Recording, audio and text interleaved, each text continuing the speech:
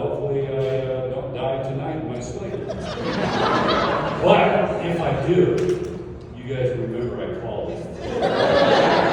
Come on, that would be cool as hell. You would say, he joked about it and he fucking died then. I think that would be so amazing. I'd rather not happen. It would be amazing. Anyway. You should just go say that every day. And so when eventually, So one day I'll be correct? Eventually when it happens, they'll come beside you.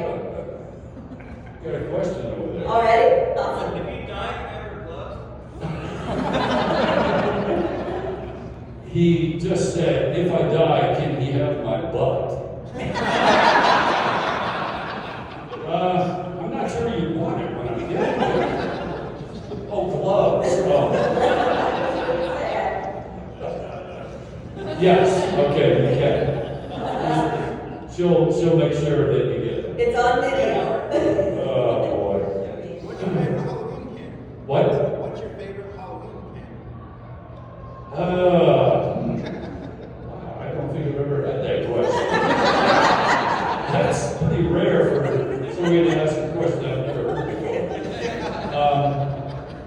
I know it sounds stupid and most people don't care for it, but candy corn. Yeah! Because what other candy can you pretend that it's your teeth? Put it in your lips and go, "Arr!" Just fuck with people. My wife is sick of it by now. Because of that, I do it every time. Put one in and act like some fucking weird hillbilly or something. Yes, candy corn. Any other audience questions? Yeah, let's go. One of my favorite more obscure performances of yours is in Adam Green's show, Holliston. And I was just wondering, did you get to help create your storyline in that versus Freddy versus Jason? Or did he just tell you that was what he was going to do? It was a combination, talking about Holliston, and we even came up with stuff on the fly, while, like in the middle of shooting a scene, one of us would think of something to say or do, and that's why it's such a pleasure working with him. He's very creative, and he's a genius with horror, because it's hard to make a scary horror film, which I think can be scary, but then it's hilarious sometimes. That is a fine line to walk when you're making a horror film. But what he decided, and I agreed, was that if my character's not around, there's no reason that the interaction with the other characters can't be funny. And that's what he does. And then I show up and it's not fucking funny anymore. Or is it? No, it is for me. I'm laughing my ass off when I'm killing people. But, yeah, so it's just fun working with him. And Holliston was just amazing because it was, me.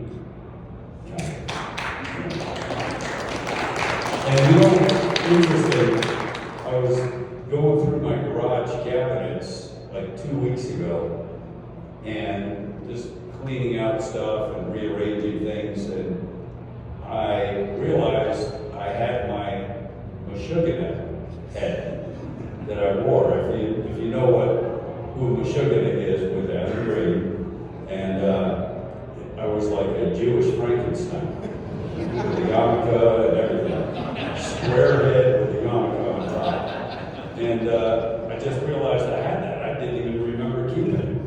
So it's always fun to go through old stuff and find items that I forgot I had.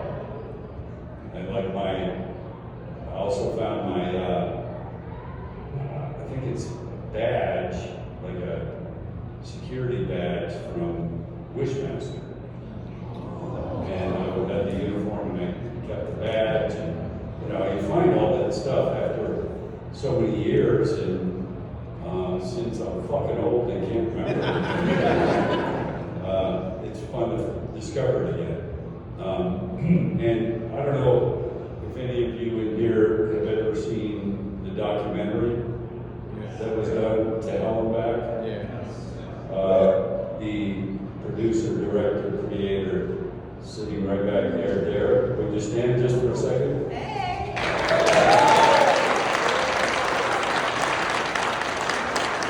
Yeah, I am so happy with that thing. I'm so glad I did it because, you know, sometimes when you play characters like I do, in the back of your mind, once in a while, you think, do I really want to talk about real, personal, family type stuff that might not fit in with the characters I play?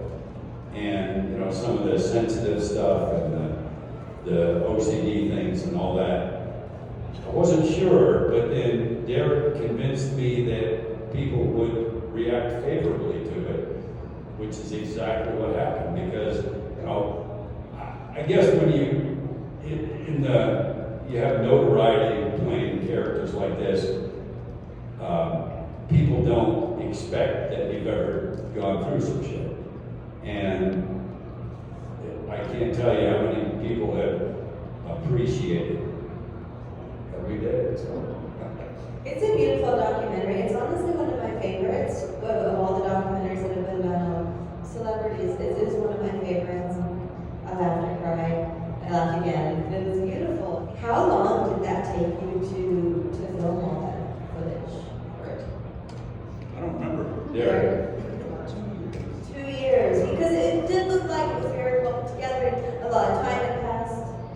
I mean, we went to Hawaii and went to the exact balcony that I always talked about, where I scared all my friends in high school.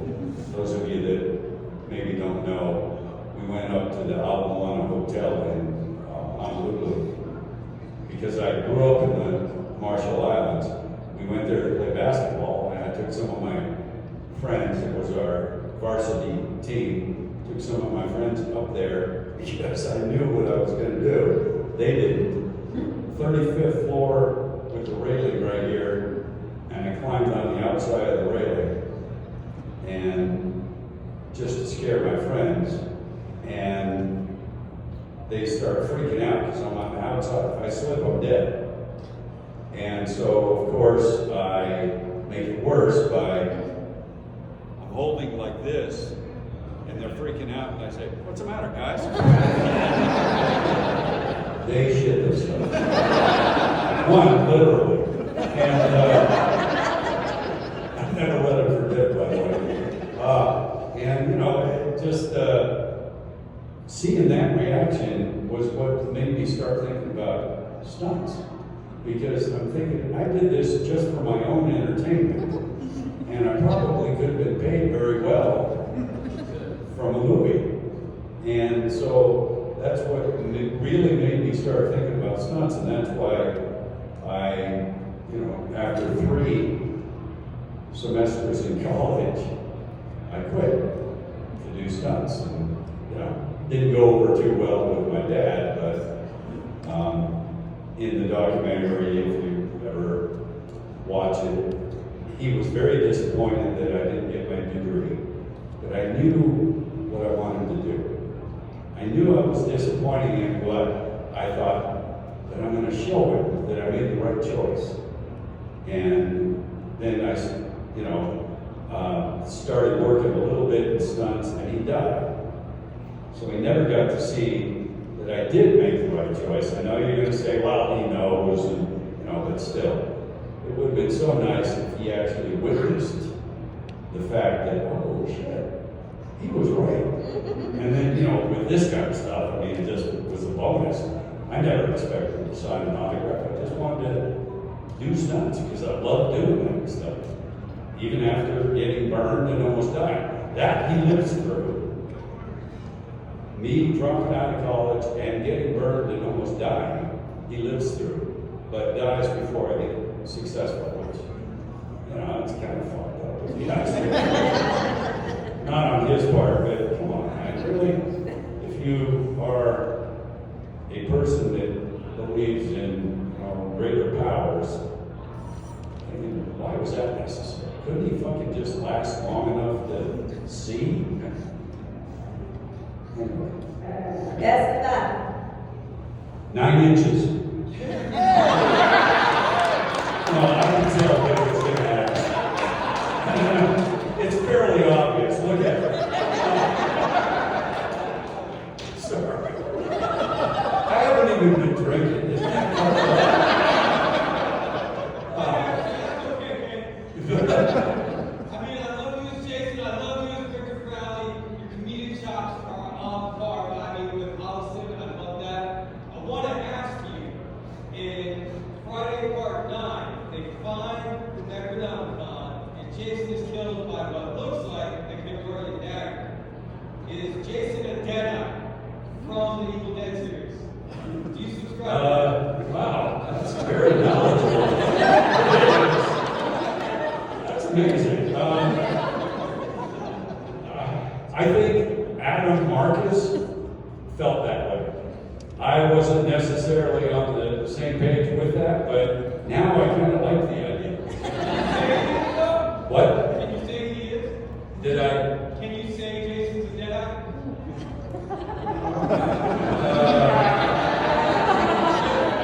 If I do say it, I have to kill this man.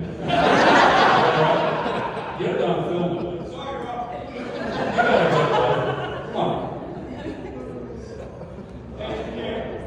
And didn't I just hear that Robert England is doing a documentary too Yeah, that was a, on his career? And I'm hearing that his documentary is getting a theatrical release. And I'm like, what the fuck is that? He played one character who was a fucking child molester. Yes, Robert, that's for you. One character, he's not even the only person to play Freddy. Just like I'm not the only person to play Jason. And he gets a theatrical release? That's fun. I have such a love for the Girls Part 8 because I saw them when they were brand new. I was 8 to 10 when they came out. So I saw them when they were brand new. I was already a fan. I was too. Yes. I was already a fan. But I saw the other ones were so old. You know, they'd already been out a while, but having that brand new feeling of seeing that movie, that character we love so much, with everyone else was magical. So I've always loved those 2 installments.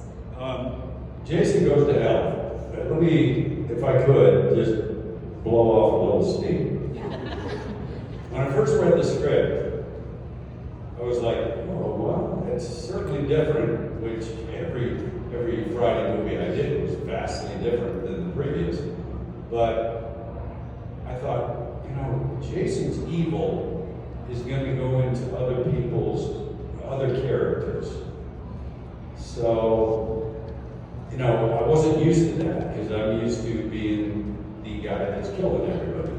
And sorry if you've heard this in the documentary and stuff, but I thought, as a viewer, and I'm serious about this, I thought it would be very cool that if the evil of Jason is within another character, wouldn't it be interesting if that actor did something reminiscent of what I do?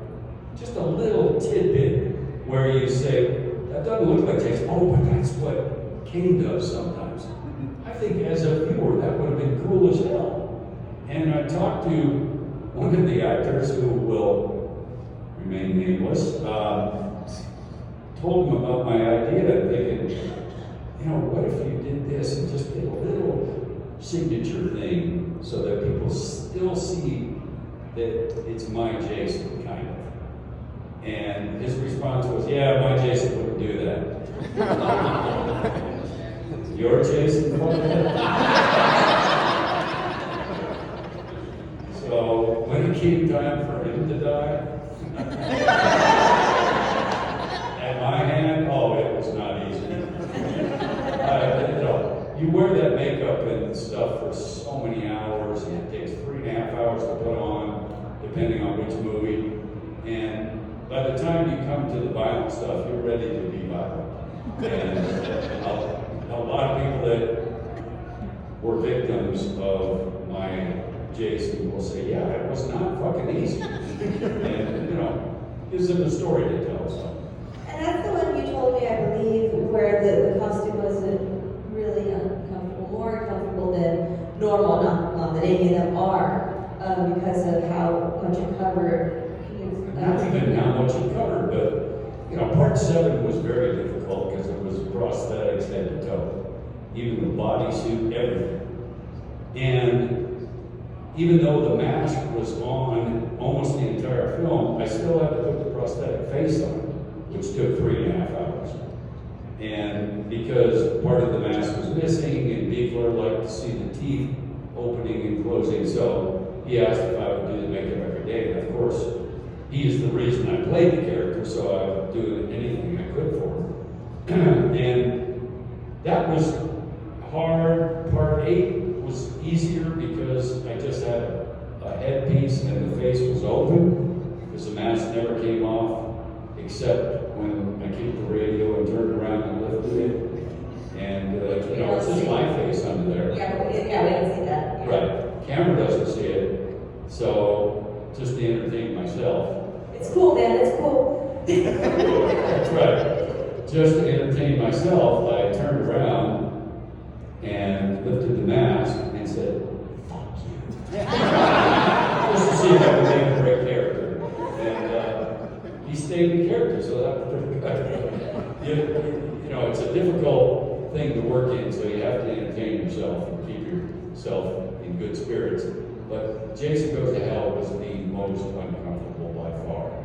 And it was full body prosthetics again, but for some reason, and I still really haven't figured it out, it was 10 times hotter than the part 7 stuff. And it shouldn't have been. And after a couple days of shooting, I had to start wearing a cool suit, which is a vest that circulates ice water, just to keep my body temperature down, because I felt like I was gonna, you know, pass out just from the incredible heat. So that was my least favorite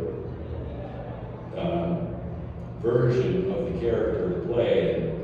And I make sure Greg Nicotero always hears that, because it was him that designed it. Now he's a fucking big shot with Walking Dead. But yeah, so, you know. And Victor Crowley was a little bit hard to work into. Every movie, it was pretty much the same makeup. Robert Pendergraft did the makeup in, again, 3.5 hours of gluing shit, lenses, teeth. It just gets old and makes you ready to be violent. At least me. Sorry. What did you enjoy doing more if you're not That's a tough one to answer, because Jason was a character that existed already.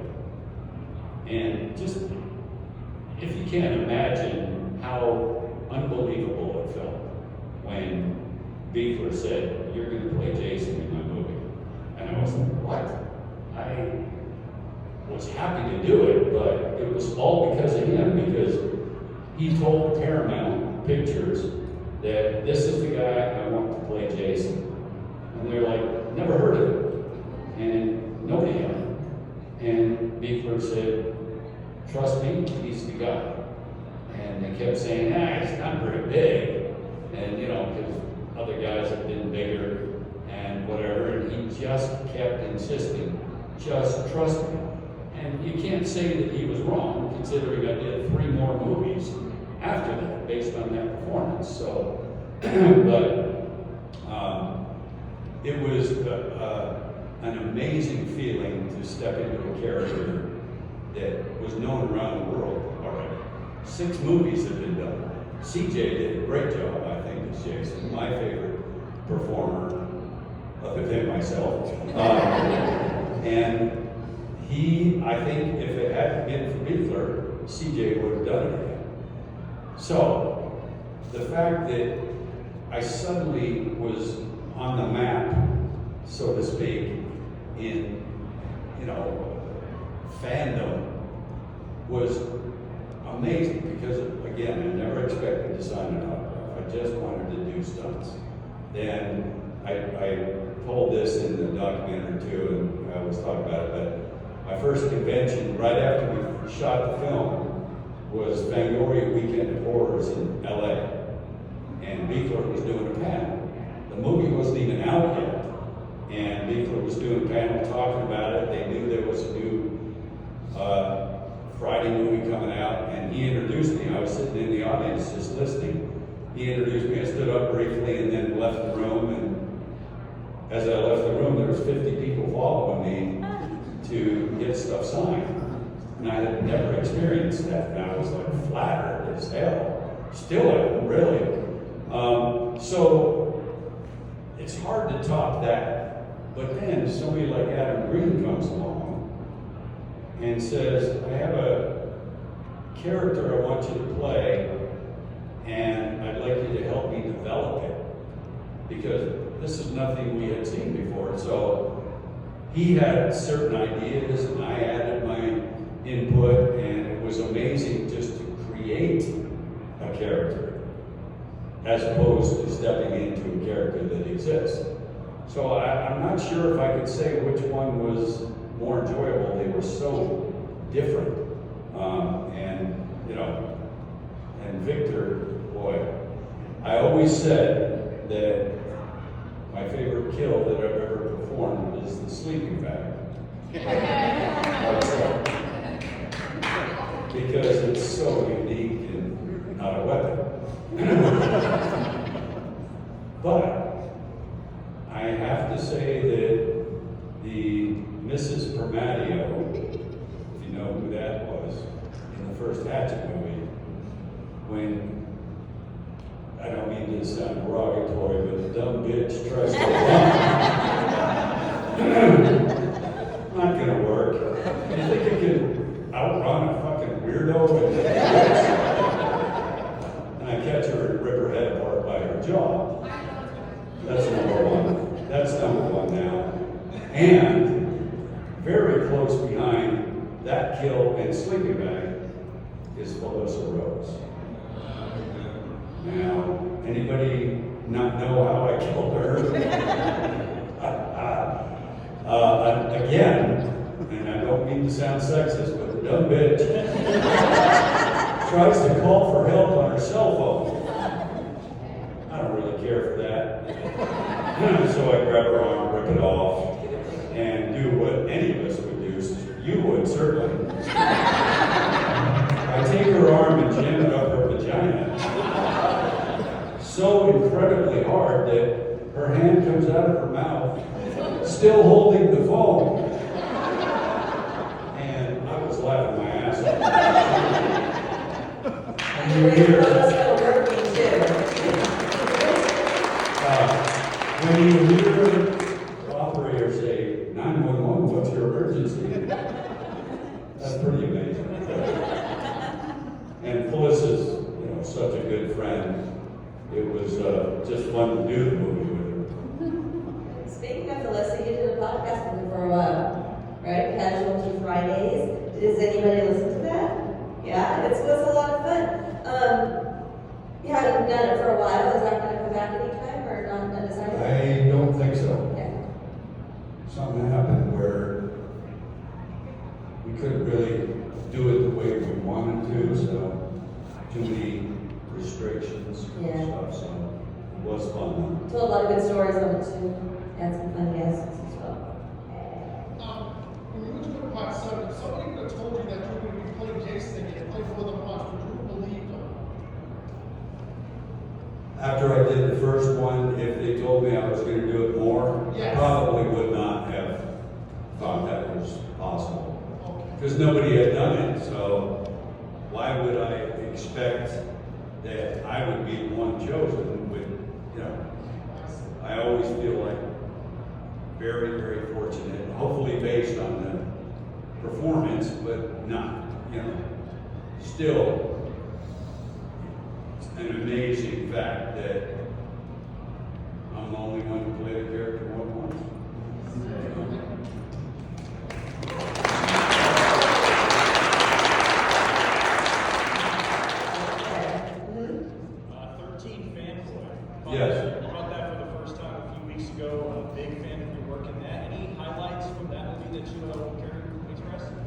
That what? that you would care to talk about? Any highlights? I mean, I loved doing the movie just because it was, you know, basically me, and it's kind of fun to play a character that's almost your real self. You would feel like it might be easy, but it's not necessarily so, because, you know, Derek will tell you that I gave him a lot of information and stories and stuff that were almost too much to use in the documentary, or a little bit fine line to walk, but you know, just any actor likes playing something different. Even if you're good at a certain role, anybody likes to be challenged and try something different. And that's kind of how I approached that, even though it was really me. But I like the death scene, kind of, because, you know, it's not easy to do heavy emotions as a character. So I always admire when I watch an actor's performance where they are convincingly heartbroken or sad or even angry. Because so many times I watch something and think, just acting.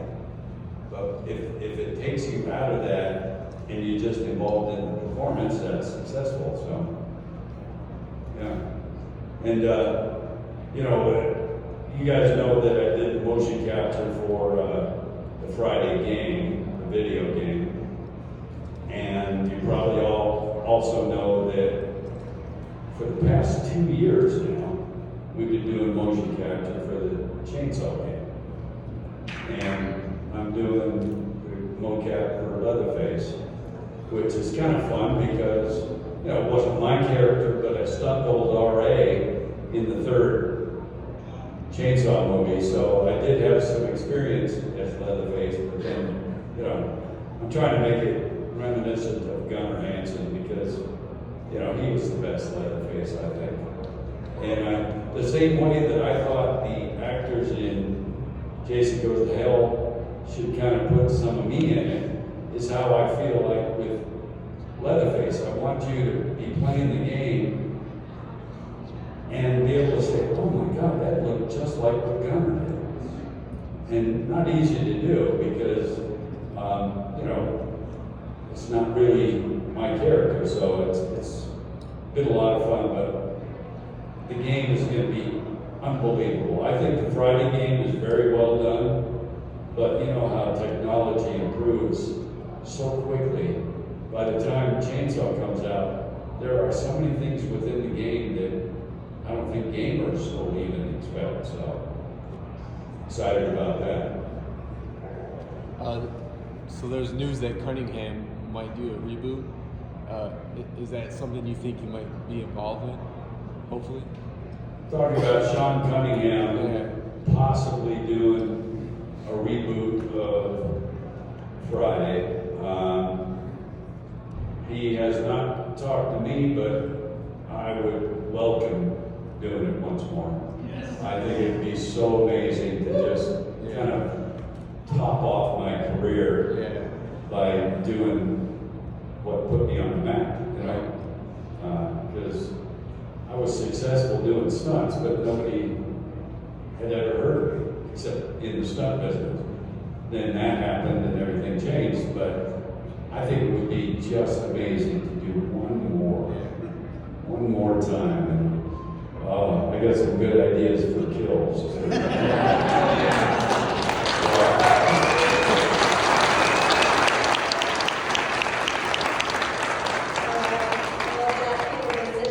Thank you so much for your time with us tonight. Thank you guys. Enjoy the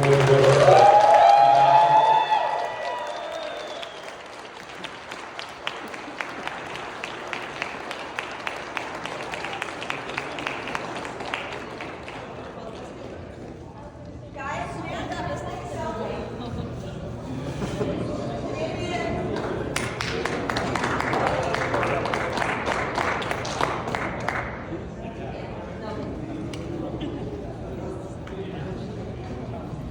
I can take a picture for you. That's tradition. Selfie tradition.